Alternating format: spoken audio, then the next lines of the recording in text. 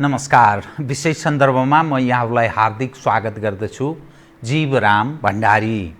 आज यहाँहरू सामुन्ने उपस्थित हुनुहुन्छ डाक्टर अरुणा उप्रेती। उहाँ जनस्वास्थ्यविद हुनुहुन्छ। उहाँसँग आज म कोरोना भाइरसको महामारी, यसले जनतामा पारेको नकारात्मक असर अनि समाजलाई पनि अलि छिन्न भिन्न बनाएको छ। विश्व कुनै न कुनै ढङ्गले आतंकित छ। नेपाली समाज झन भए आतुर त्यस्तो अवस्थामा छ। कता कता व्यवस्थापनको त्रुटि पनि देखिन्छ। सामाजिक संरचना पनि अलि बिग्रदै गएको अप्ठ्यारो अवस्था, आर्थिक हिसाबले पनि हामी पिरोलिएका थिचिएको यस्तो स्थिति छ। त यस्तो बेलामा के गर्ने, कसरी सोचिनुपर्छ, यसमा सरकारको भूमिका के, जनस्वास्थ्य कर्मीहरूको भूमिका के, स्वास्थ्य कर्मीहरूको भूमिका के, नागरिक समाज र समाजका प्रतिष्ठित अगुवाहरू बुझे कि अभिभावकले कस्तो भूमिका निर्वाह गर्ने। यसकारण यो विषय पेचिलो छ। दुनियाँमा जति मानिस संक्रमणका कारण मृत्युको शिकार भएका छन्, त्योभन्दा ठुलो सङ्ख्यामा निको भएर घर फर्केका छन्। तर मानिस आतंकित यसकारण छन्, नेपाल मात्रै होइन संसारका हरेक देशले मृत्युको सङ्ख्या बारम्बार एडभोकेसी गर्छ, प्रचार प्रसार बढी गर्छ। त्यसले मानिसहरू एकदम भय र त्रासको अवस्थाबाट गुज्रन बाध्य छन्। यस्तो अवस्थामा के गर्ने, के नगर्ने, आज म आम दर्शकवृन्दलाई, त्यो जनता जो दर्शक, जो दुखी पीडित अनि आम नागरिक छन्, उनीहरू सतर्क हुने, अरूलाई पनि सुनाउने, बुझ्ने र बुझाउने प्रयास गर्नुहुनेछ भन्ने मैले आशासहित डाक्टर अरुणा उप्रेतीलाई म आज यही पेरिफेरीमा केन्द्रित विषयहरू उठान गर्नेछु। सर्वप्रथम म उहाँलाई स्वागत गर्छु। डाक्टर साहब, स्वागत छ। धन्यवाद। डाक्टर साहब, बडा अप्ठ्यारो अवस्था हामी कहाँ किन देखा पर्यो भने, एक त अशिक्षा छ, गरिबी छ, पछौटेपनको शिकार, त्यस सँगसँगै हाम्रो दूरदराज सहरी क्षेत्र र गाउँको बस्ती अलि अलग फरक खालको छ। ज्ञानको अभाव छ। सबभन्दा महत्त्वपूर्ण पक्ष त नेतृत्वको समस्या छ, जसले गर्दा व्यवस्थापकीय त्रुटि पनि देखा पर्छ। मानिसहरू त्रसित छन्। लामो समय भयो, कहिले लकडाउन, कहिले निषेधाज्ञा, कहिले स्वाभाविक ढङ्गले चलाउन खोजे जस्तो गुजाराको समस्या पैदा भइरहेको छ। बालबालिका, ज्येष्ठ नागरिक अनि दिनानुदिन गुजारा गरेर, काम गरेर गुजारा गर्नुपर्ने मानिसहरू अर्को समस्यामा फँसेका छन्। यो स्थितिलाई कसरी अब मानिसले सामना गर्ने, खास गरी हाम्रो नेपाली समाजको पछिल्लो अवस्था हेर्दा झन् अप्ठ्यारो दिशातर्फ हुनु भए जस्तो देखिन्छ। गुजारा पनि त्यसैमा जोडिएर आउँछ। डाक्टर साहब, मैले यहीँबाट सुरु गरेँ, अरू विषय क्रमशः उठान गर्छु। डाक्टर साहबसँग कुरा गर्दै जाँदा विषयहरू उठ्दै जानेछन्, कृपया। एकदम तपाईँले जुन कुरा भन्नुभयो नि, जति मानिसहरू सङ्क्रमित भएका छन् र जति मृत्यु भएको छ, त्योभन्दा धेरै मानिसहरू ठिक भएका छन्, निको भएका छन्। तर समस्या चाहिँ के पर्यो भने, अहिले त हामीले नेपालको टिभी हेर्दाखेरि, आम सञ्चार हुँदाखेरि एक दिनमा 600 अथवा 400 अथवा 500 मानिसहरू सङ्क्रमित भए, 20 जना मान्छे, 11 जना मान्छे, 5 जना मान्छे मरे, यो ठाउँमा यति मऱ्यो भनेर सुन्छौँ। तर त्यही बेलामा अहिलेसम्म 18,000 19,000 मानिसहरू चाहिँ ठिक भइसके भन्ने कुरा चाहिँ बारम्बार समाचार जाँदैन, त्यो छायामा पर्यो। अनि यसले गर्दाखेरि चाहिँ दिनरात, अब लकडाउनको बेला छ, मान्छे दिनरात घरमा बसेर टेलिभिजनहरू हेरिराख्छन्, समाचार सुनिराख्छन्, इमेल इन्टरनेट हेरिराख्छन्। अनि मान्छेलाई के अनुभव हुँदो रहेछ भने, ला बर्बाद भयो, अब सबै सिद्धियो भयो, अब अहिले चाहिँ यो भएपछि मान्छे मरिहाल्ने हो भनेर मान्छेलाई जुन मानसिक तनाव परेको छ नि, आतंक सिर्जना भएको छ। त्यसले गर्दाखेरि मैले यसलाई चाहिँ खालि चिकित्सकीय समस्या मात्रै होइन, सामाजिक समस्या भनेर पनि हेर्न थालेको छु। र त्यही कारणले गर्दाखेरि हेर्नुहोस् न, अहिले जो मानिसहरू सङ्क्रमित भएका छन्, सङ्क्रमित भएर ठिक भएर घर गइसकेका छन्, उनीहरूलाई त्यो समुदायमा चाहिँ मान्छेहरूले एकदम अपहेलना गर्ने एउटा समस्या छ। अर्को खाले समस्या, बडा दुःखद। अनि अर्को समस्या के भने, जो डाक्टर, नर्स, स्वास्थ्य कर्मीहरू अस्पतालमा कोरोना भाइरसको भएको बिरामीहरूलाई जाँच गर्छन्, उपचार गर्छन्, उनीहरूप्रति पनि समाजको कस्तो किसिमको एक प्रकारको नकारात्मक धारणा छ। यिनीहरूले चाहिँ हामीलाई अब ल्याउँछन् भनेर। अनि अर्को सबभन्दा डरलाग्दो कुरा, यो काम गर्दा गर्दै कतिजना डाक्टरहरू आफै पनि सङ्क्रमित भएका छन् र उनीहरूप्रति समुदायले गर्ने त अचम्मैको अवस्था छ। र मैले त के भन्छु भने जो डाक्टर र नर्सहरूप्रति समुदायले अपमान गर्छ, उनीहरूलाई एकदम अपमानित गर्छ, उनीहरूको घरमा यो सङ्क्रमित भएको भनेर चाहिँ त्यस्तो बिल्ला ठडाइदिन्छ, वास्तवमा त्यस्तोहरूलाई त सार्वजनिक अपराध अन्तर्गत मुद्दा चलाइनुपर्छ। त्यो राज्यले त्योतर्फ ख्याल गरोस् भन्ने डाक्टर साहबको एकदमै भने। यदि त्यो गरेन भने त डाक्टरहरूले काम गरेनन्, नर्सहरूले काम गरेनन्, स्वास्थ्यकर्मीहरूले काम गरेनन् भने त अनि भोलि अस्पतालमा चाहिँ कसले काम गर्ने त? अहिले हामी डराइरहेछौँ होइन, त्यो डराउँदै पनि डाक्टरहरूले काम गरिरहेछन्। एक प्रकारले भन्ने हो भने उनीहरूले आफ्नो घर परिवारलाई एकातिर राखेर बिरामीको लागि औषधि उपचार गरेछन् भने त उनीहरूलाई त झन् सम्मान स्यालुट गर्नुपर्ने ठाउँमा अपमानित गरेपछि त त्यो त राज्य विरुद्धको अपराध जस्तै भएन त? सुन्दाखेरि अलि अप्रिय लाग्छ, मलाई थाहा छ। तर वास्तवमा अपराध चाहिँ यो स्वास्थ्यकर्मीहरूप्रति गरिने चाहिँ यो एकदम समुदायको ठुलो समस्या हो। तर तिनीहरूले किन त्यस्तो गर्छन् भने किनभने मान्छेहरूलाई ल यिनीहरूले हामीलाई सार्छन्, यो सारिसकेपछि हामी सबै सोत्तर हुन्छौँ, हामी मर्छौँ, हामी बाँच्न सक्दैनौँ भन्ने त्यो भयावह मान्छेको मानसिकताले यस्तो गरेको। जस्तो यो अहिलेको अवस्था हेर्दाखेरि मलाई चाहिँ 20-25 वर्ष अगाडि एचआइभी एड्सको 30 वर्ष अगाडि एचआइभी एड्स बल्ल आएको थियो नि, त्यो बेलामा एचआइभी भएका मानिसहरूप्रति गरिने व्यवहार, उनीहरूको परिवारप्रति गरिने व्यवहार, त्यो डाक्टरहरूलाई जसले चाहिँ एचआइभी भएको पेसेन्टलाई उपचार गर्छ उनीहरूप्रति गरिने व्यवहार जुन एकदम अपहेलना थियो नि, अहिले प्रारम्भमा त्यस्तै थियो, त्यो अलि सुधार भएको छ। बिस्तारै सुधार भयो। किन सुधार भयो भने किनभने बारम्बार आम सञ्चार माध्यमहरूले, सरकारले, वैज्ञानिकहरूले होइन यो चाहिँ छुनबाट सर्दैन, यताबाट सर्दैन, सँगै बसेर सर्दैन, सँगै खाँदा सर्दैन भनेपछि बारम्बार भनेपछि त्यसमा सुधार आयो। अब अहिले कोही मानिसहरू एचआइभी एड्सको मान्छेहरू, एचआइभी भएको मानिसहरू अथवा एड्स भएको औषधि खाइरहेछन् भने मान्छेहरूले एकदम त्यसलाई त्यस्तै प्रकारले सङ्क्रमणबाट यसबाट बच्नुपर्छ। सकेसम्म सङ्क्रमित भएको मानिसहरूबाट हामी बचावट गर्नुपर्छ, उसलाई सुरक्षित ठाउँमा राख्नुपर्छ ताकि उसले अरूलाई नसारोस्। तर जुन प्रकारको अपमान, अवहेलना यो हामी समाजबाटै बहिष्कारै गर्ने त्यसलाई चाहिँ त्यस्तो किसिमको हुनमा चाहिँ किन यस्तो भयो भनेर विचार गर्दाखेरि यो बारम्बारको यो कहिलेकाहीँ त मलाई के लाग्छ भने तपाईँ नरिसाउनु होला, कहिलेकाहीँ आम सञ्चार माध्यमले पनि नकारात्मक सन्देश बढी सकारात्मक सन्देशहरू एकदमै कम छ। जिम्मेवारी बोधका साथ समाचार प्रसारण अथवा समाचारलाई अलग ढङ्गले त्यसको लागि सरकारले पनि ध्यान दिनुपर्छ। हरेक दिन सरकारले जब चाहिँ सरकारी प्रवक्ता, स्वास्थ्य मन्त्रालयका प्रवक्ताले भन्नुहुन्छ नि यतिजना बिरामी भयो, यतिजना मृत्यु भयो, यतिजना मान्छे कुन ठाउँमा कतिजना सङ्क्रमित भएका र त्यो सङ्क्रमित भएकाहरूमध्ये कतिजनालाई चाहिँ कुनै पनि लक्षण छैन र कतिजना चाहिँ ठिक भएको छन् भन्ने कुरा पनि सन्देश त्यो सँगसँगै गयो भने यस्तो किसिमको मानसिक रूपमा चाहिँ मानिसहरू त्रसित हुँदैन थियो होला। यसले अर्को एउटा समस्या के पारेछ भने बालबालिकाहरू, सानो बालबालिकाहरू पनि असाध्यै त्रसित छन्।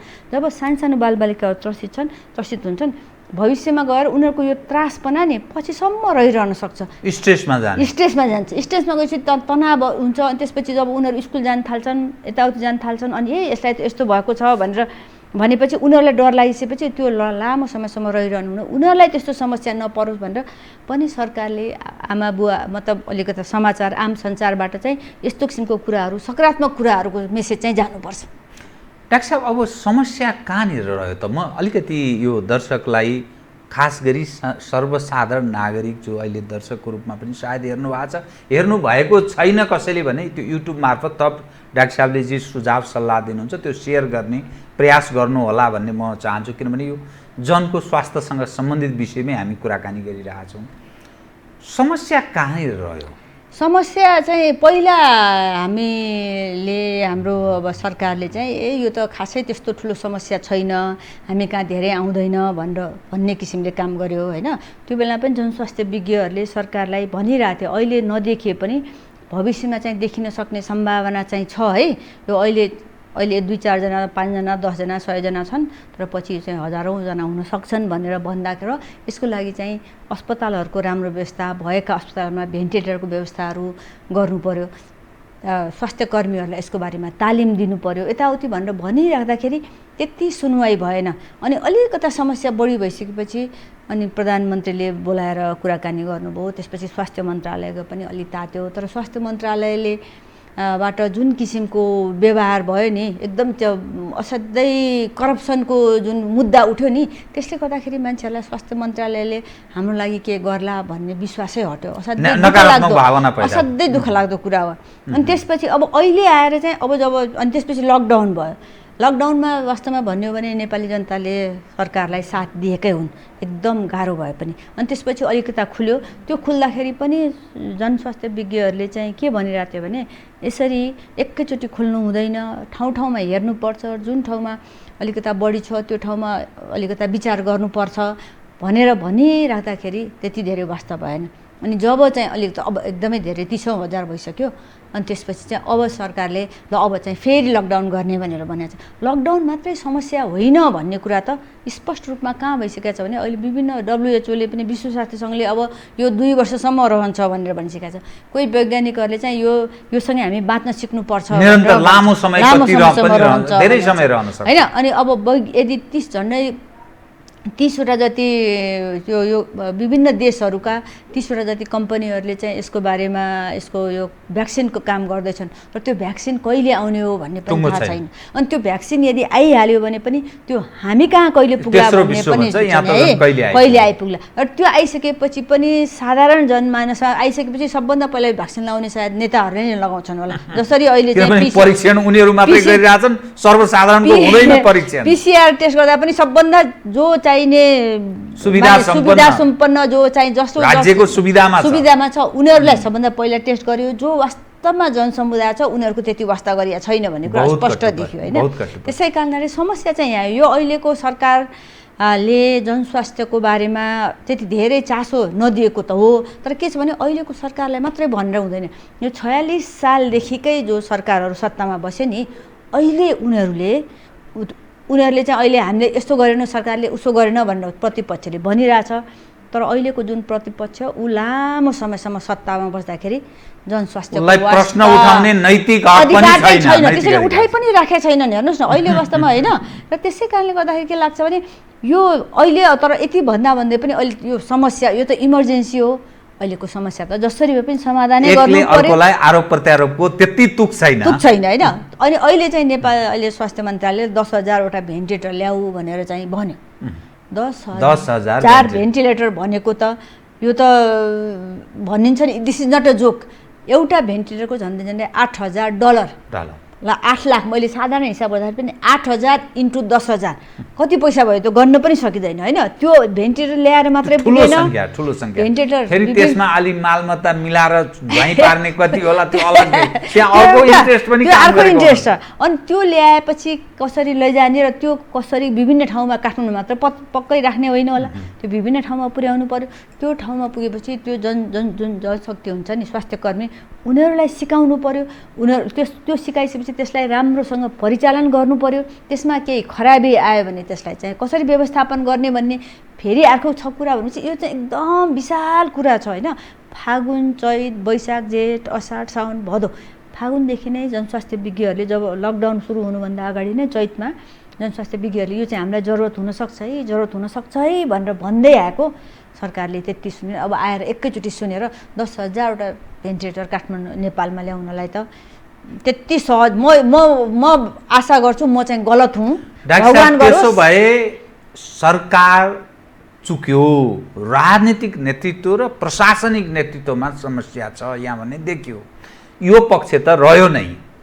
अब सवाल के रह्यो भने कि सरकार लकडाउन गरिदिन्छ, धेरै समस्या पैदा भयो भने एक। दोस्रो अहिले निषेधाज्ञा छ, काठमाडौँ उपत्यकामा निषेधाज्ञा छ, कतिपय जिल्ला लकडाउनमा छ। मानिसहरू त्यहाँ के अभिगतबाट गुज्रेका होलान्, औषधिको अवस्था के होला, दाल भात कसरी खाएका होलान्, सामान्य जीवन कसरी चलेको होला, सरकारको त्यो अभिभावकीय भूमिका, लोक कल्याणकारी राज्य, ओहो कत्रो ठुलो कुरा, समाजवाद उन्मुख संविधान ल यत्रो ठुलो परिवर्तन। अब डाक्टर साहब यस्ता एउटा तपाईँ जनस्वास्थ्यविद, तपाईँले विश्वलाई पनि नजिकबाट निहाल्नु भएको छ। अफगानिस्तान जस्ता देशहरूमा पनि तपाईँ जानुभयो, त्यहाँको कारुणिक दृश्य पनि तपाईँ देख्नु भएको छ। हाम्रो कर्णाली दूरदराजको अवस्था पनि तपाईँलाई थाहा छ, गाउँको पनि बुझ्नुहुन्छ, सहरी अवस्था पनि। सरकार गैर जिम्मेवार छ, नागरिक समाज काहीँ न काहीँ त्यो आफ्नो स्वार्थमा सबभन्दा खतरनाक त यो पढे लेखेका मान्छे हाम्रो समाजमा देखा पर्छ। अब डाक्टर साहब यो स्थितिमा जुन मान्छे त्रसित छ कि म आफै पनि कता कता म तपाईँ र म अहिले जसरी कोठामा कुरा गरिरहेको छु, घर परिवारले घसघस त्यो बन्द कोठामा त्यत्रो छलफल कुरा सङ्क्रमण छ भन्छन्, कस्तो डर नलागे। मतलब यो जो भावना छ नि, पढे लेखेकै परिवार छ नि मेरो पनि, सबै त्यत्रा पढे लेखेका मान्छे छन्, तर त्यो भन्छन् भने त्यो त्रासबाट कसरी मुक्त हुने डाक्टर साहब? एकदम ठिक कुरा। यो लकडाउनकै बेलामा म आछाम पुगेर आएँ, गाडीबाटै गएँ, नेपालगञ्जमा बसेँ, भोलिपल्ट डोटी डडेलधुरा हुँदै आछाम पुगेर आएँ। लकडाउनको बेलामा आछाममा हामी गएर चाहिँ पुरा आउन जान गरेर 7 दिन भयो होइन। त्यसपछि आएको 2 हप्तापछि म मकवानपुर र उदयपुर गएँ, त्यहाँ लकडाउनकै बेलामा होइन। अनि त्यसपछि तर मैले अब मानिसहरूसँग सकेसम्म भौतिक दूरी कायम राख्न त कोसिस गरेँ, तर के छ भने जहिले पनि गाउँघरमा चाहिँ त्यो सम्भावना हुँदैन, आइपुग्यो होइन। त्यहाँबाट फर्केँ, त्यहाँ पनि झन्डै 7 दिन जति बसेर म फर्केर आएँ होइन। व्यक्तिगत रूपमा मलाई चाहिँ डर लागेन, तर के छ भने मेरो आमा 84 वर्षको आमा हुनुहुन्छ, उहाँसँग चाहिँ मैले झन्डै 2 महिनासम्म भेटिनँ, टेलिफोनमा मात्रै कुरा गरेँ। अनि उताबाट मकवानपुरतिरबाट आइसकेपछि झन्डै 10 दिनपछि जब केही पनि भएन, मलाई केही पनि छैन भनेर भने, अनि त्यसपछि मैले आमालाई गएर भेटेँ होइन।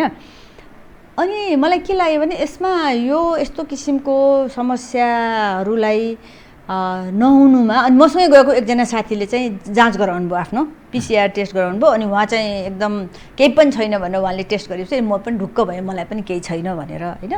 अनि के भयो भने सायद यसमा अलिकता अब हाम्रो शक्ति, अलिकता रोगसँग लड्ने शक्तिले पनि अलिकता काम गरे होला, अलिकता होइन। मलाई चाहिँ केही भइहाल्यो भने पनि मलाई चाहिँ म आफूलाई उपचार पाउँछु भन्ने त्यो मानसिक रूपमा आफू स्वस्थ भएर पनि मलाई त्यो काम गर्यो होला।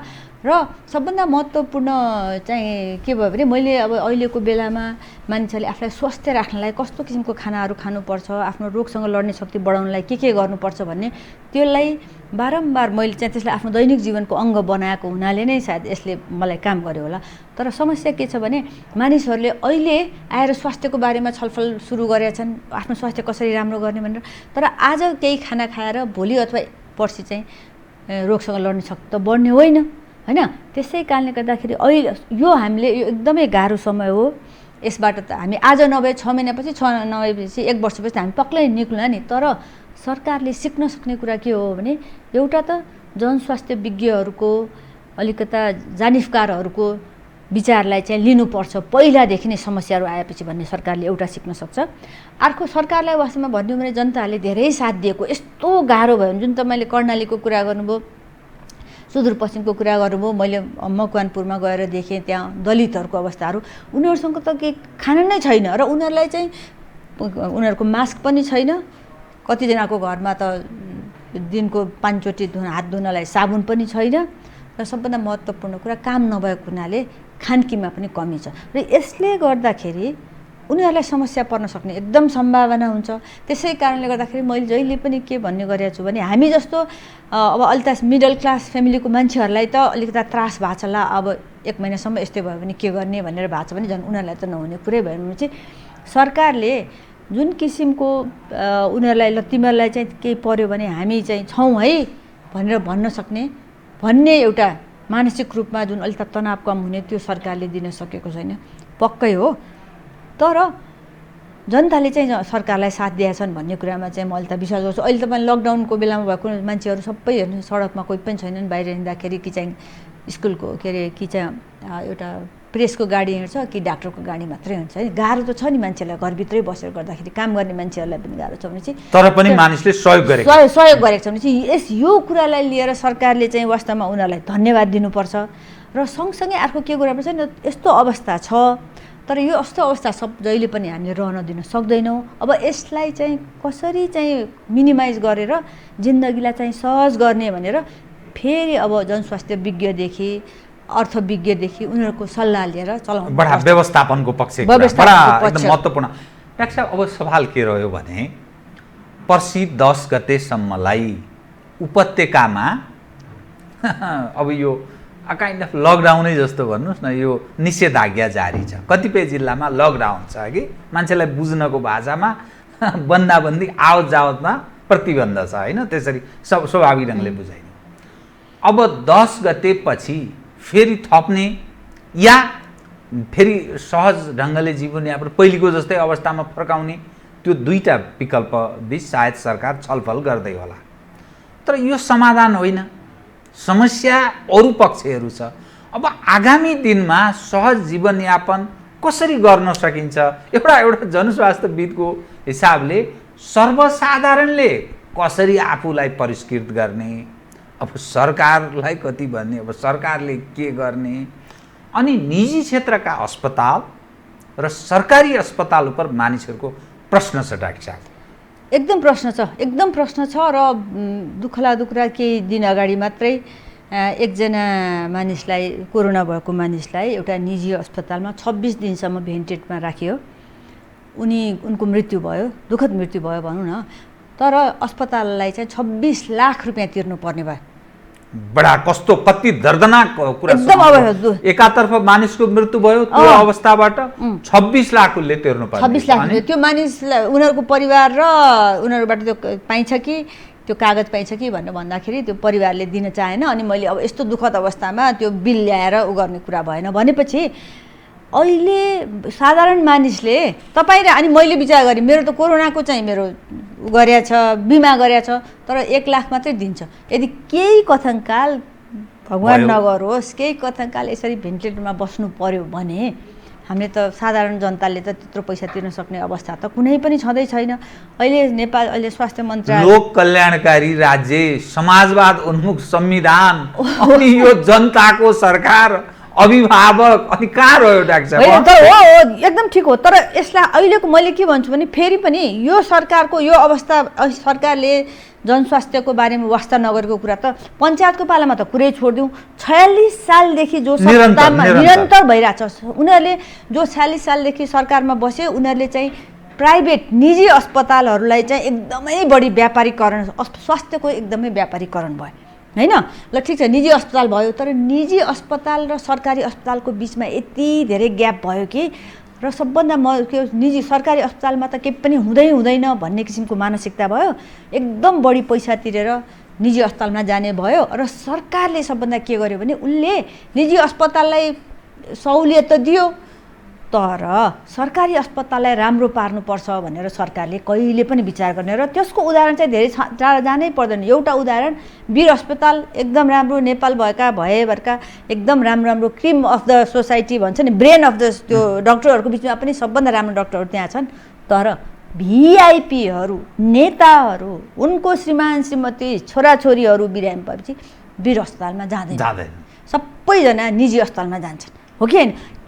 कि वीर अस्पतालको सेवा राम्रो छैन, कि वीर अस्पतालमा चाहिँ त्यो डाक्टर नर्सहरू राम्रो छैन, किन चाहिँ नेताहरूले विश्वास नगरेको त? जब नेताहरूले विश्वास गर्दैन अनि उनीहरू निजी अस्पतालमा गइसकेपछि त साधारण जनताले कसरी विश्वास गर्ने भन्नुहोस् त? हो भनेपछि यसलाई पहिलादेखि नै जनस्वास्थ्यको अवस्थालाई राम्रो राख्न नखोजेको हुनाले अहिलेको यो अवस्था आएको। यद्यपि यो अवस्था नेपालमा मात्रै होइन, हेर्नुहोस् अमेरिकामा त्यस्तो मानिसहरू धेरै मरे, र त्यहाँ पनि स्पष्ट रूपमा जनस्वास्थ्यको अवस्था राम्रो छैन भन्ने कहाँबाट देखियो भने काला जातिका मानिसहरू धेरै मरे, गरिबहरू बढी मरे, गोराहरू तुलनात्मक रूपमा होइन। र जो मानिसहरू मरे त्यहाँ बढी, उनीहरू धेरै डायबिटिज भएको, मोटो भएको, उच्च रक्तचाप भएका मानिसहरू। र त्यो चाहिँ त्यस्तो समस्या चाहिँ अमेरिकामा काला जातिका हिस्प्यानिकहरूलाई बढी भएको हुने चाहिँ त्यहाँ चाहिँ जुन त्यहाँको पनि त्यो क्लास छ नि, जो जनताहरू चाहिँ गरिब छन् उनीहरू नै बढी यसबाट पीडित भए, उनीहरू नै बढी मऱ्यो भन्ने देखियो।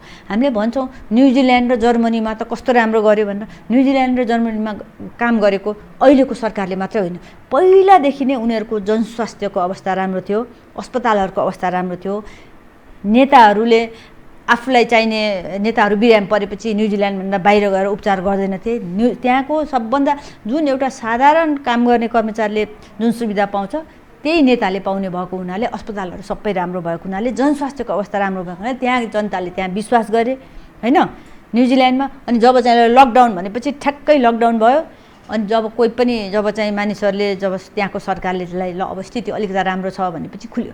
भनेपछि यो स्थिति आउनलाई अहिलेको तत्कालीन सरकारको त समस्या त छैन, अफकोर्स नै अहिले सरकारले 6 महिना अगाडिदेखि जनस्वास्थ्य विज्ञहरूको कुराहरू सुनेको भए सायद यस्तो किसिमको अवस्था आउँदैन थियो। तर यति भन्दा पनि एउटा कुरा फेरि म के भन्न चाहन्छु भने स्थिति हामीहरूका अहिलेसम्म झन् 30,000 मानिसहरू सङ्क्रमित भएका छन्। लेटेस्ट फिगर अनुसार 146 जनाको मृत्यु भएको छ। यो दुःखद मृत्यु हो जसको मृत्यु भयो। तर कतिजना ठिक भएको छन् भन्ने कुरा पनि त छ नि। कतिजनालाई फेरि अर्को यो हामीहरूको परम्परागत औषधिहरू उपचारहरूले गरेर पनि ठिक भएको छन्। त्यो कुराहरू चाहिँ पनि फेरि बाहिर आउँदैन। म तपाईँहरूलाई एउटा डाक्टर साहब त्यो बताइदिनुहोस् त त्यो परम्परागत हाम्रो आफ्नोपन हाम्रो प्रकृतिसँग सम्बन्धित म तपाईँहरूलाई के भन्छु नि हिजो पनि यो विषयमा छलफल चन्द्रनिघण्टु यो चाहिँ हो यो चाहिँ यसको 10वटा भाग छ। सिंहदरबार वैद्यखानाले निकालेको यो हाम्रो परम्परागत ज्ञानलाई अहिले हामीले त्यति धेरै प्रयोग गर्न सकेका छैनौँ। स्वास्थ्य मन्त्रालयमा पुरा एउटा आयुर्वेदिक विभाग छ हैन, वैकल्पिक उपचार आयुर्वेदिक र वैकल्पिक उपचार विधि छ भनेपछि अहिले यस्तो अवस्थामा यो सङ्क्रमित भइसकेका मान्छेलाई जटिलता होइन है, सङ्क्रमित मात्रै भएका तर अन्य जटिलता नभएका भेन्टिलेटरमा जानुपर्ने स्थितिमा नरहेका मानिस होइन। भेन्टिलेटर मात्रै होइन, जस्तो कसैलाई त सङ्क्रमित चाहिँ छ तर कुनै पनि सिम्टमहरू छैन होइन, भेन्टिलेटर जानुपर्ने त एकदमै टाढाको अवस्था अन्तिम अवस्था होइन। भनेपछि सङ्क्रमित मात्रै छन् तर उनीहरूले अरूलाई चाहिँ सार्न सक्छन्। उनीहरूलाई चाहिँ भिन्दै ठाउँमा राखेर हाम्रो जडीबुटीहरू जस्तो खुवाएर जीवनशैली परिवर्तन गरेर योगासन गरेर विभिन्न किसिमको ध्यान गराएर उनीहरूलाई सङ्क्रमणबाट मुक्त गराउनु। ल पहिला पिसिआर पोजिटिभ थियो, 10 दिनपछि 7 दिनपछि 15 दिनपछि यो चाहिँ नेगेटिभ भयो र यो चाहिँ हाम्रो यो औषधि खुवाएर गरेको हो भनेर भन्न सक्ने सम्भावना त छ नि। बिस्तारै सानो रूपमा केही कामहरू चाहिँ भइरहेछ। तर समस्या के पर्यो भने जस्तो कीर्तिपुरमा एउटा आयुर्वेदिक अस्पताल छ, त्यहाँ अलिअलि कामहरू भइरहेछ तर त्यहाँ भएको सकारात्मक कामहरू स्वास्थ्य मन्त्रालयले दिने हरेक दिनको वाचनमा चाहिँ आउँदैन, छायामा पारेछ। भनेपछि यसको अर्थ चाहिँ के होइन भने त्यहाँ भएका सबै मान्छेहरू चाहिँ ठिक हुन्छन् र उनीहरूलाई चाहिँ अस्पताल जानु पर्दैन भन्ने होइन। जस्तो त्यहाँ यदि 100 जना मानिसहरू छन् भने त्यो मध्ये 90 जना मानिसहरूलाई यही हाम्रा जडीबुटीहरू प्रयोग गरेर योगासन गरेर ठिक हुन्छ भने 10 जनालाई सायद अस्पताल पठाउनु पर्ने अवस्था हुन्छ र त्यो 10 जनामध्ये सायद 3 अथवा 4 जनालाई अथवा 5 जनालाई आइसियु र भेन्टिलेटरको अवस्था जरुरत पर्छ। भनेपछि त त्यो 90 जना जो चाहिँ ठिक भएर जान्छ नि उनीहरूको जीवनमा त कति ठुलो राम्रो सकारात्मक प्रभाव पर्यो र भनेपछि अहिले वैद्यहरूले भनिरहेछन् हामीहरूको यस्तो यस्तो किसिमको कुराहरू छ, हामीसँग गुर्जो छ, बेसार छ, मरिच छ। अब हाम्रो प्रधानमन्त्रीजीले मरिच के अरे बेसार खाऊ भन्नुभयो होइन, अनि मान्छेले त्यसको हँसी उडाए। वास्तवमा त्यो कुरा स्वास्थ्य मन्त्रालयको प्रवक्ताले भन्नुभयो। उहाँले भन्दाखेरि चाहिँ मान्छेहरूलाई एकदम उहाँले त पोलिसी लेभलको कुरा गर्ने हो, यसलाई हाम्रो काम यसलाई चाहिँ कसरी हाम्रो दैनिक जीवनमा उतार्ने हो भनेर पोलिसी लेभलको उहाँले कुरा गर्नु एकचोटि भन्नुभयो ठिक छ, तर त्यही बारम्बार भन्दाखेरि अनि त्यसको व्यावहारिक रूप पक्ष खोइ त भनेर प्रश्न गर्दाखेरि त स्वास्थ्य मन्त्रालयले दिन सकेका छैन। म चाहिँ व्यक्तिगत रूपमा के कुरामा विश्वास गर्छु भने जीवनशैली सुधारेर रोगसँग लड्ने शक्तिलाई राम्रो पारेर र अहिलेको लागि मात्रै होइन भविष्यको लागि पनि हामीहरूले आफ्नो स्वास्थ्यलाई राम्रो पार्न सक्छौँ। किन अहिले कोरोना छ, सायद 2 वर्षपछि ज्वरो नआउला, 5 वर्षपछि अर्को आउला, हामीहरू त यहीँ रहन्छौँ, हाम्रो स्वास्थ्य त यस्तो जनस्वास्थ्यको अवस्था यस्तै हो। त्यसै कारणले गर्दाखेरि अहिले अस्पताललाई सुधार्न सक्ने मान्छेहरूको आफ्नो स्वास्थ्यलाई आफ्नो हातमा राख्नको लागि के गर्न सकिन्छ भनेर छलफल गर्न सक्ने एकदम राम्रो एउटा अपर्च्युनिटी भनौँ न, अवसर छ। यसमा अलिकति स्पष्ट पार्दैन त योगासन र शारीरिक व्यायाम अनि खानपान आहारको होइन यो विषयको आहार विहार सबैको विषयलाई तपाईँले उठान गर्नुभयो। योग तपाईँलाई कतिको आइडिया छ यो अलि दर्शकलाई सेयर गर्नुहोस्। योग आसनहरू कति गर्ने अनि यो शारीरिक व्यायामको कुरा गर्दा साला खाला 24 घण्टामा मान्छे 7-8 घण्टा सुत्नु पर्यो होइन उमेर अनुसार, अनि त्यो व्यायाम चाहिँ कति गर्ने, यसले के असर गर्छ सकारात्मक या नकारात्मक विषयको कुरा गर्दैन त डाक्टर साहब यो अवस्थामा? यो एकदम यसले मान्छेहरूलाई अहिले हामी सबैजना मानसिक रूपमा हामीलाई अलिकति तनाव सबैजनालाई छ, तपाईँलाई पनि छ, मलाई छ, मेरो घरको मान्छे उसलाई पनि छ होइन।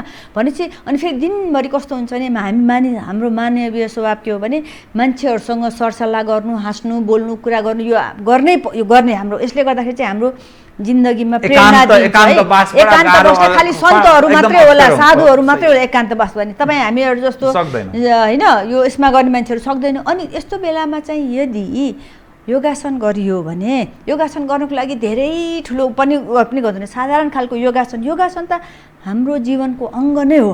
हामी टुक्रुक्क बस्छौँ त्यो पनि योगासन हो, हामी झुकेर केही काम गर्छौँ त्यो पनि योगासन हो, पोछा लगाउने काम गर्छौँ त्यो पनि कुचो लाउने काम गर्छौँ त्यो पनि हो होइन। अब अहिले कतिपय कुराहरू हामीले एक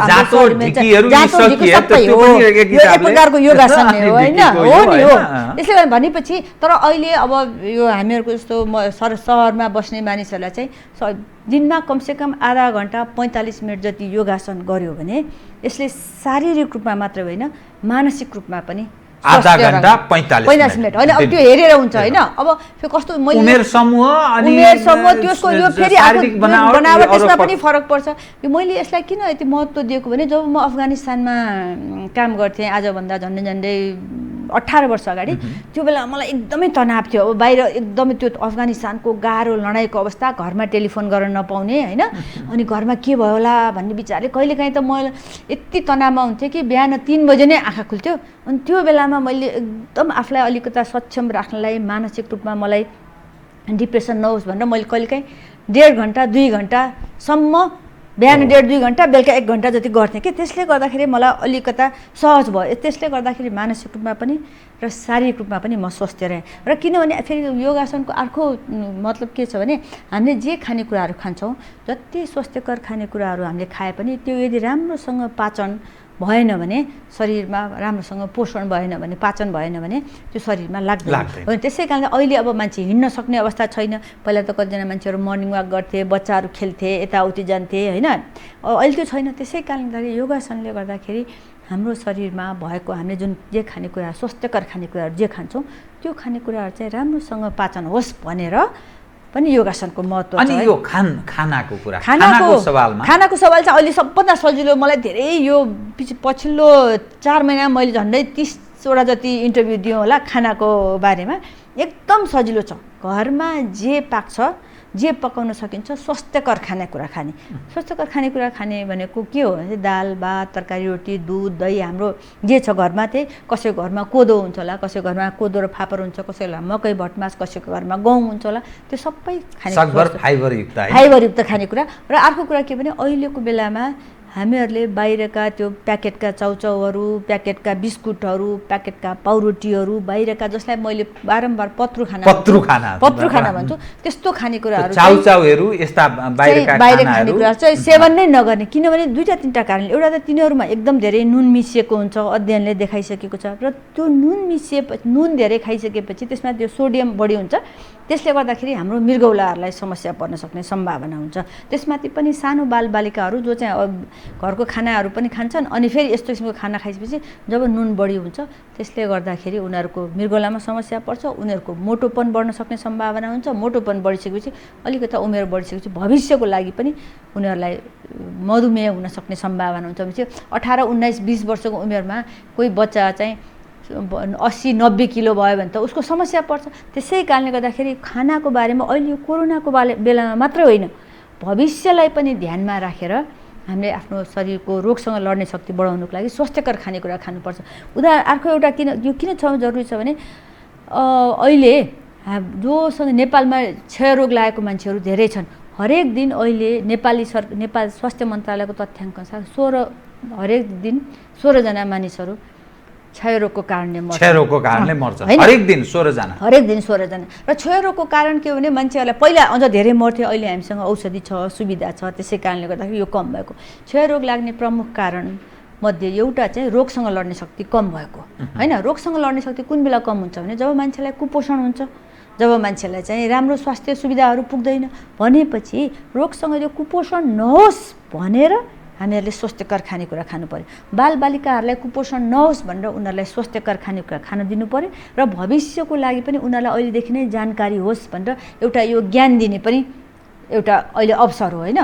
त्यसै कारणले गर्दाखेरि मैले किनभने यो पनि फेरि मैले किन भन्छु भने किनभने आजभन्दा झन्डै 36 वर्ष अगाडि जब म 3rd इयर मेडिकल स्टुडेन्ट थिएँ त्यो बेला म आफै पनि क्षयरोगको शिकार भएर झन्डै 1 वर्षसम्म अस्पतालमा बस्नु पर्यो होइन। आफ्नै जीवनको अनुभव। त्यो बेलामा मलाई डाक्टरहरूले मलाई जसले जाँच गर्थ्यो उसले उपचार गर्थ्यो, उसले चाहिँ के भन्छ भने औषधि त तिमीलाई जरुरत छ नै तर यो सँगसँगै तिमीले राम्रो खानेकुरा खानुपर्छ।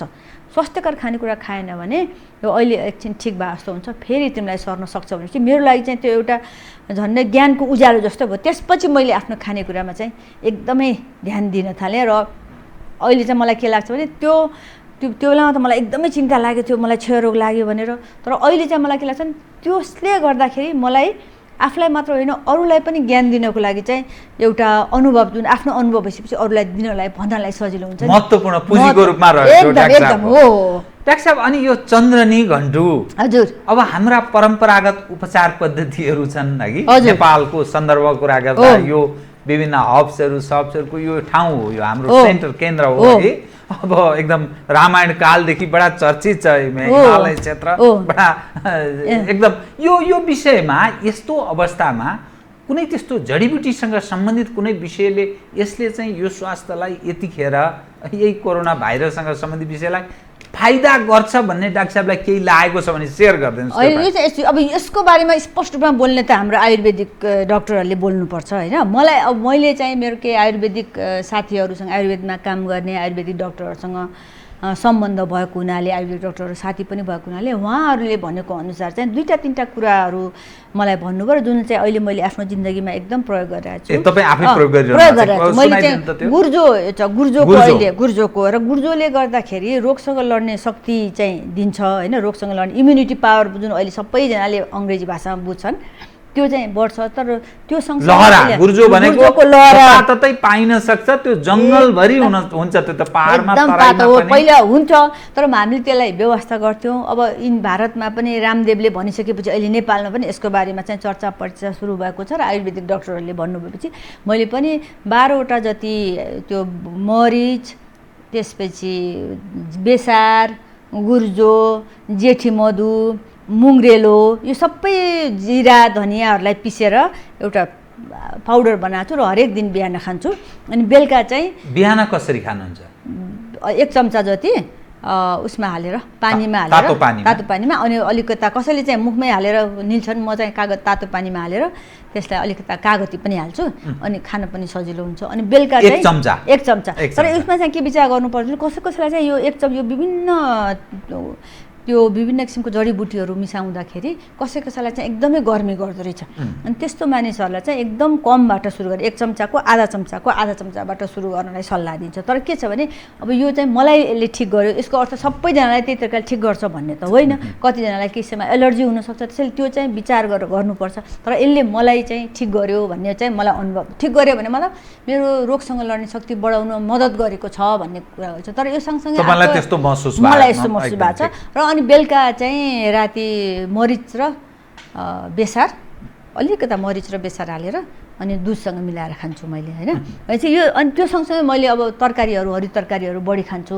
दिनभरि पानी, यो अहिले मैले तपाईँलाई स्पेसल रिक्वेस्ट गरेर पानीलाई, यो दिनभरि पानी चाहिँ म खाइ नै राख्छु होइन। पानी यो कतिपय चिकित्सकहरूको भनाइमा कोही 5 लिटर, कोही 2-3 लिटर भए हुन्छ भने त्यो के शारीरिक मानिसको ज्यान अनुसार सानो कद ठुलो कद हुन्छ होइन। यो चाहिँ वास्तवमा यो के डाक्टर? यो चाहिँ यसो छ, यसलाई चाहिँ यसरी हेर्नुपर्छ होला। जस्तो अब कतिजना कठिन परिश्रम गर्ने मानिसहरू हुन्छन् जसको शरीरबाट चाहिँ एकदमै पसिना आउँछ, उनीहरूलाई चाहिँ बढी पानी पिउनुपर्छ होइन। तर के छ भने हामी पानी भनेपछि शरीरमा झोल पदार्थ बढी जान्छ, तर हामीले दही, मोही, कागतीको शरबत, पुदिनाको शरबत झन् अहिलेको बेलामा त्यो एकदमै जरुरत छ। त्यस्तो किसिमकोहरू खाँदाखेरि पनि त्यसले पनि पानीको परिपूर्ति गर्छ। जस्तो मैले चाहिँ अब अहिले तपाईँहरूसँग यहाँ भएको हुनाले मैले यो पानी खाएन, तर सामान्य अवस्थामा चाहिँ म चाहिँ कागती पानीमा खान्छु, अलिकता चिया हालेर चिनी नहालेर त्यसलाई दिनभरि खाइराख्छु होइन। त्यो 5 लिटर 6 लिटर भने चाहिँ त्यो चाहिँ त्यो चाहिँ होइन, आवश्यकता अनुसार।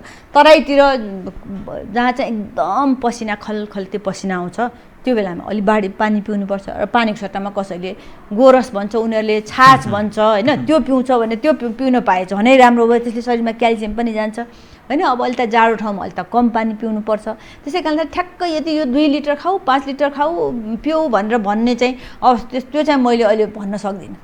डाक्टर साहब, अब हामीले परम्परागत उपचार पद्धतिसँग काहीँ न काहीँ जोडिएर पनि कुरा गऱ्यौँ, जनस्वास्थ्यसँग सम्बन्धित विषय नै कुरा गऱ्यौँ, पोषणको विषयमा नि कुरा गऱ्यौँ। यहाँले भन्नुभयो पत्रु खाना खाँदै नखानुहोस्, विभिन्न चाउचाउहरू, बजारमा पाइने विभिन्न प्याकेट गरेर राखेका चिजहरू यो नखानुहोस्, घरमै अथवा बजार तर्फ बजारमै राखे पनि अलि अरू खाले हरियो सागसब्जी यस्ता चिजहरू खाने होइन। अनि डाक्टर साहब अब सवाल के रह्यो भने अलिकति फरक ढङ्गले कुरा गरौँ न। म यो एउटा विषय चाहिँ नेपालमा जति पनि निजी क्षेत्रका अस्पताल र सरकारी अस्पतालहरू छन्, डाक्टर सुन्दरमणि दीक्षितलाई मैले कोट गरेँ। उहाँले व्यक्तिको नाम चाहिँ मैले भन्ने अनुमति चाहिनँ, किनभने मैले उहाँसँग अनुमति नलिएको हुनाले म व्यक्तिको नाम भन्दिनँ। उहाँ एकजना ठुलो सम्पन्न एउटा व्यापारीलाई कोरोना भाइरस भयो। उहाँले धेरैवटा अस्पतालहरू चाहर्नुभयो। उहाँ पैसा प्रशस्त भएको मान्छे, जति पनि उहाँ तिर्न सक्नुहुन्थ्यो, तर कुनै अस्पतालले पनि राख्न मानेन। परेशान भइयो। यो सन्देश तपाईँले आम सञ्चारमा प्रवाह गर्नु जरुरी छ। सरकार कहाँ छ? निजी क्षेत्रका अस्पतालहरूको यो निज व्यवहार किन भन्ने डाक्टर सुन्दरमणि दीक्षितको प्रश्न थियो। निजी क्षेत्र एउटा मानवीय पक्ष, एकातर्फ निजी क्षेत्रको अस्पताल त्यो गर्छ, सरकारी अस्पतालमा पनि त्यति त्यो ढङ्गको सुविधाहरू प्राप्त छैन। आइसोलेसन वार्डहरूको कुरा गरिन्छ। अनि जब आफूलाई शङ्का भयो, कुनै न कुनै ढङ्गले एक ठाउँमा बस्नु पर्यो, अर्थात् सरकारले अथवा स्थानीय सरकार, प्रदेश सरकार, केन्द्र सरकार या कुनै कमिटीले कतै तोकेको हुन्छ, त्यहाँ पनि त्यो खाले त्यो न्यूनतम आवश्यकता पुरा हुने ढङ्गको कहीँ व्यवस्थित त्यस्तो अवस्था छ। क्वारेन्टिनहरू त डाक्टर साहब यस्तो अवस्थामा के गर्ने? भोलि भेन्टिलेटरमै जानुपर्ने स्थिति आयो भने भेन्टिलेटर नै एकदम थोरै छ। फेरि यो के गर्ने डाक्टर साहब? यस्तो बारेमा डाक्टर साहब के भन्नुहुन्छ कृपया? एकदम यसमा बारेमा यही भनेर मैले उत्तर दिन सक्दिनँ। तर हो, यही कारणले हामीले भनेको के हो भने उत्तरदायित्व जब सरकारले, राज्यले जनस्वास्थ्यको बारेमा चासो राख्दैन, यस्तो किसिमको अवस्था हुन्छ। र नेपाल सरकारले जबदेखि निजी अस्पतालहरू, निजी मेडिकल कलेजहरूलाई धेरै सुविधाहरू दिएको छ होइन, उनीहरूलाई ट्याक्स फ्री कति मालसामानहरू ल्याउन दिन्छ, उनीहरूको कतिपय त्यो गाडीहरू, एम्बुलेन्सहरू ट्याक्स फ्री हुन्छ। र त्योमा चाहिँ उनीहरूले के भने हुन्छ भने 10% बिरामीलाई चाहिँ हामी सित्तैमा उपचार गर्छौँ भनेर त्यो मेमोरेन्डम अफ अन्डरस्ट्यान्डिङ बनाउँदाखेरि लेखिएको हुन्छ, समझदारी पत्र। तर सरकारले, अहिलेको सरकारले मात्रै होइन, पहिल्यैदेखिको सरकारले, पछिल्लो 15-20 वर्षदेखि भएको सरकारले कहिले त्यो हेरेको छ? साँच्ची नै स्वास्थ्य मन्त्रालय अन्तर्गत गएर उनीहरूले चाहिँ कतिजनालाई चाहिँ सित्तैमा उपचार गरेको छ, कतिजना बिरामीलाई सेवा दिएको छ भन्ने हेरेको छैन। अनि अब अहिले आएर चाहिँ तिमीहरूले यसो गर उसो गर भनेर निजी अस्पताललाई भन्दाखेरि निजी अस्पताल त किन मान्छ र? टेर्दैन। एकातर्फ शासक प्रशासकहरूको फसेका होलान्, कतिपय लेनदेनबाट फसेका होलान्, कसैले बोल्न सक्ने अवस्था छैनन्, बिचरा कठिन छ उनीहरूको त्यो आय आर्जन व्ययसँग सम्बन्धित छ। कतिपय आफ्नै लगानीवाला पनि अस्पतालहरू पनि होलान्। त्यस कारणले बेइमान बदमास, यो शासकहरू बदमास छन्। हामी क्या भन्छ राजनीतिक दलका नेता र अहिलेको राजनीतिक दलको नेता त हो नै, तर पहिलादेखि नै यो निरन्तर चलिरहेको कुरा होइन। र त्यसले गर्दाखेरि अहिले चाहिँ नेपाल सरकारले के भनेको, अहिले स्वास्थ्य मन्त्रालयले चाहिँ, मन्त्रीमण्डलले चाहिँ सबै निजी अस्पतालहरूमा कोरोनाको जाँच औषध उपचार गर्ने, हामी चाहिँ त्यसको व्यवस्था चाहिँ पैसा चाहिँ हामी दिन्छौँ भने, साँच्ची नै सरकारले दिन्छ भन्ने कुरामा कसैलाई पनि विश्वास छैन। किन विश्वास छैन भने भूकम्पको बेलामा सबैजनालाई चाहिँ उपचार गर्नु पैसा हामी तिर्छौँ भनेर निजी अस्पताललाई पनि भन्यो, निजी अस्पतालहरूले उपचार पनि गर्यो, त्यो बेलामा एकदम राम्रो सेवा पनि दिए, हात खुट्टा भाँचेको मानिसहरूलाई। तर निजी अस्पतालका 3-4 जना निजी अस्पताल डाक्टरहरूले अहिलेसम्म त्यो पैसा चाहिँ हामीलाई सरकारले दिएको छैन।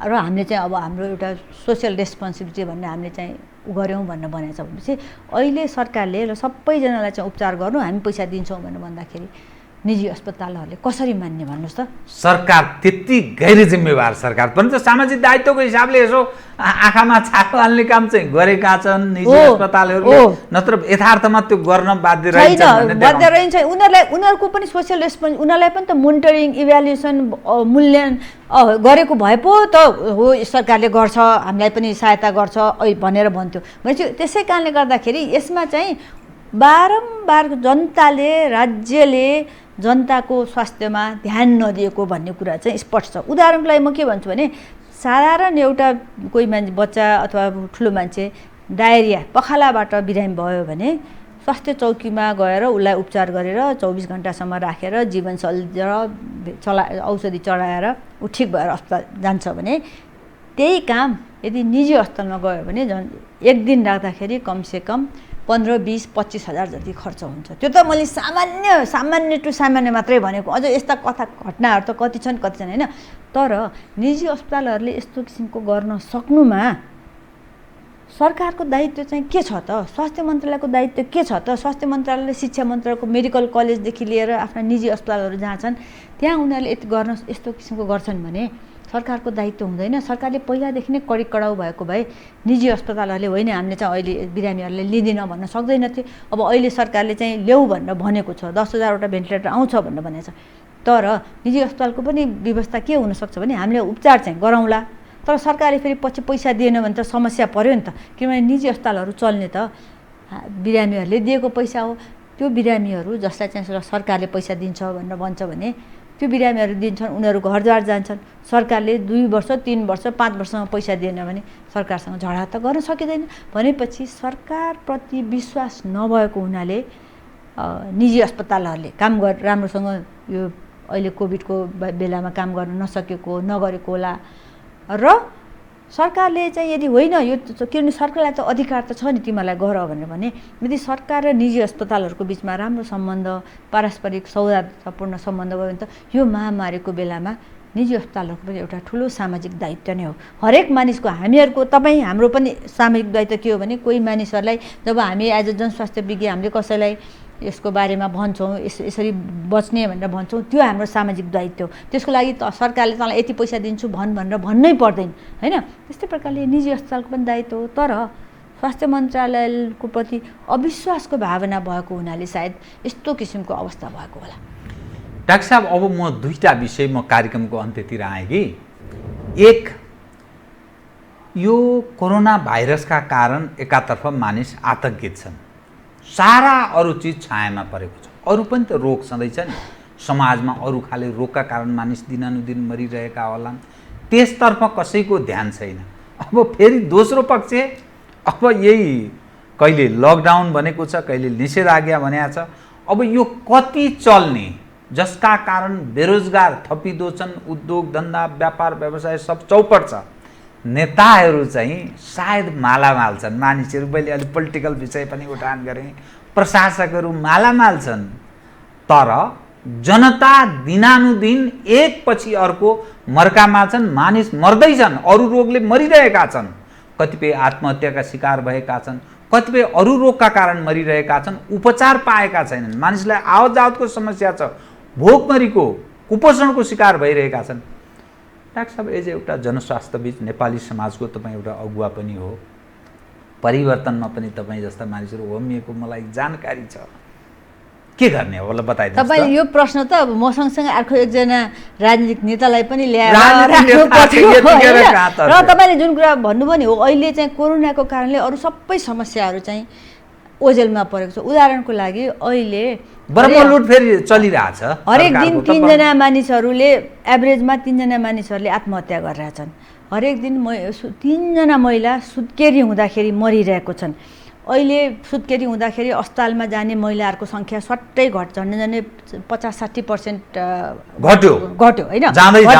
किन एउटा त बाध्य छन्, अनि अर्को अस्पतालमा गइसकेपछि अस्पतालमा जान गाह्रो छ, अनि स्वास्थ्य कर्मीहरूलाई पनि डर छ नि त। उसलाई यदि कोरोना छ भने मसँग चाहिँ सुरक्षाको केही साधनहरू छैन, मैले उसलाई हेरेँ मलाई पनि भनेपछि त यो समस्या यस्तो किसिमको समस्या छ। र अहिले यति हुँदाहुँदै पनि जनताले चाहिँ एक प्रकारले भन्ने हो भने त सही नै रहेको छन्, मान्नुपर्छ। मैले मेरै आमालाई 84 वर्षको आमालाई अस्पतालमा लैजानुपर्ने 3 महिना भइसक्यो, लैजान सकेको छैन होइन। किनभने गाडीको सुविधा भएन, अस्पतालमा लैजाउँ, अहिले कसैलाई फेरि त्यो 84 वर्षको आमालाई कोरोना भयो भने के गर्ने भन्ने समस्याको डरले होइन। र त्यसै कारण अनि यो बेलामा यो मानसिक स्वास्थ्यको बारेमा चाहिँ छलफल एकदमै कम भएको छ कि अहिले झन्डै यो 4-5 महिनाको बिचमा नेपाल सरकारकै नेपाल सरकारकै तथ्याङ्क अनुसार 1800 देखि 2000 जनाले चाहिँ आत्महत्या गरेका छन्। कतिजनाले त क्वारेन्टाइनमै आत्महत्या गरेका छन्। भनेपछि मान्छेहरूलाई जुन त्रास भयो नि, मैले फेरि अघिकै कुरा दोहोऱ्याएँ, त्यो बारम्बार यो क्वारेन्टाइन यो मलाई लाग्यो भने यस्तो हुन्छ, मलाई समाजले के भन्ला, म समाजबाट अपहेलित हुन्छु भन्ने कुरा उनीहरूलाई डर भएर, सबैजनालाई होइन तर जो अहिले त कमजोर अवस्थाको मान्छेहरूलाई डर भएपछि उनीहरूले जुन आत्महत्या भनेपछि यसको बारेमा पनि अहिले त छलफल गर्नु पर्यो। यो चाहिँ तपाईँहरूले यस्तो एकदम भयावह डरको कारण चाहिँ देखाउनु हुँदैन भन्ने कुरा चाहिँ बारम्बार भन्नु पर्यो। किनभने हाम्रो समाजमा यदि एकचोटि यस्तो किसिमको मान्छेहरूलाई चाहिँ हो यो त एकदमै खराब रहेछ भनेपछि फेरि त्यो कुरालाई निकाल्नलाई एकदमै गाह्रो पर्छ। त्यसमाथि पनि विशेष गरी दूरदराजका मानिसहरूलाई होइन, त्यो त्यसै कारणले सरकारले एउटा त्यसमा काम गर्नु पर्यो। अर्को हामीले विश्व रूपमा नै हेर्दाखेरि मैले चाहिँ अहिले यहाँ तीनटा तथ्याङ्कहरू चाहिँ के ल्याइ गरेको छु भने यो संसारमा अहिलेसम्म 8 लाख मानिसहरू कोरोनाको कारणले मरे होइन। त्यो मध्ये कतिजना मानिसहरूलाई के अरू समस्याहरू पनि थियो। नेपालमै पनि कोरोना कारणले मर्नेहरू मध्ये कतिजनालाई क्यान्सर थियो, कतिजनालाई मृगौलाको समस्या थियो, उपचार गरिरहेको थियो, कतिजनालाई मुटु रोग थियो भनेपछि र अहिलेसम्म 146 जना मानिसहरू त्यसबाट मरे भनेर भन्छन् होइन। तर 18,000 सन्देश नेपाल सरकारकै अनुसार त ठिक भएका त 18,350 त रहेछन् नि। त्यो कुराहरू पनि बाहिर आउनु पर्यो। एउटा 18,350 त निको भएर फर्केकाहरू है। अनि इभन भारतमा नै हेर्नुहोस् न 30 लाख मान्छेहरू सङ्क्रमित भए, 50,000 को मृत्यु भयो, 57,000 जति चाहिँ मृत्यु भयो, ठिक भएको 22,82,000 ठुलो सङ्ख्यामा 22,82,000 र 4 दिन अगाडि भारतमा गरेको एउटा अनुसन्धानमा झन्डै 50% भारतीयहरूलाई चाहिँ कोभिडको एन्टिबडिज देखा परेको छ। भन्नुको अर्थ चाहिँ के हो भने प्रतिरोधक क्षमता उनीहरूले देखा परेको छ भने चाहिँ उनीहरूले थाहा नै नपाइकन उनीहरूलाई कोभिड-19 भयो, उनीहरूको प्रतिरोधक क्षमता देखा परेको छ भनेपछि प्रत्येक 4 जनामा एउटा भारतीयलाई चाहिँ त्यस्तो भएको छ भने हामी कहाँ नेपालमा पनि सायद अध्ययन गर्यो भने त्यस्तै होला। त्यसै कारणले गर्दाखेरि अहिले यस्तो आतंकित हुने जरुरत छैन। सबैजनाले टेक केयर गर्नु, दूरी कायम गरौँ, फिजिकल डिस्टेन्स कायम गर्ने, मास्क लगाउने, साबुनले हात धुने, साबुन नभएको ठाउँमा आफूले जहिले पनि यो सेनिटाइजर चाहिँ बोकेर हिँड्ने, स्वास्थ्यलाई राम्रो राख्नलाई योगासन गर्ने, स्वास्थ्यकर खानेकुरा खाने, आतंकित नहुने, मानसिक रूपमा स्वस्थ भइसकेपछि शारीरिक रूपमा पनि स्वस्थ हुनलाई धेरै मद्दत गर्छ। यो कुराहरू बारम्बार आम सञ्चारबाट जानु पर्यो। सायद स्वास्थ्य मन्त्रालयको मान्छेहरूले पनि यो कुरा भनिदिनु पर्यो कि त्यो डराएर आतंकित भएर एक दिनमा 600 जना चाहिँ 500 जना मान्छेलाई लाग्यो, यतिजना मरे, ठिक भएको बारेमा त पनि बोल्नु पर्यो। हाम्रा आयुर्वेदिक कुराहरूलाई पनि अगाडि ल्याउनु पर्यो। सबैजना ठिक नहोलान् तर सम्भावना त छ नि, कमसेकम अनुसन्धान त गर्नु पर्यो नि त। यो कुरालाई सायद आम सञ्चार माध्यमबाट गयो भने हाम्रा नेपाली दाजुभाइ समुदायका दिदीबहिनीहरूलाई अलिकता सजिलो हुन्थ्यो कि। डाक्टर साहब धन्यवाद छ है। बस तपाईँलाई पनि धन्यवाद। आदरणीय दर्शकवृन्द, उहाँ त डाक्टर अरुणा उप्रेती, जनस्वास्थ्यविद। कोरोना भाइरस यसले उत्पन्न गरेको मानव जातिमा बडा अत्यास लाग्दो अप्ठ्यारो अवस्था र कसरी बुझिनुपर्छ, कोरोना भाइरस हो के यसबाट कसरी बच्ने, समसामयिक विषयमा केन्द्रित रहेको कुराकानी म सहित मेरो सम्पूर्ण युनिटलाई कार्यक्रमबाट बिदा दिनुहोस्। तर यो हो टेलिभिजन, हेर्दै रहनुहोला। नमस्कार।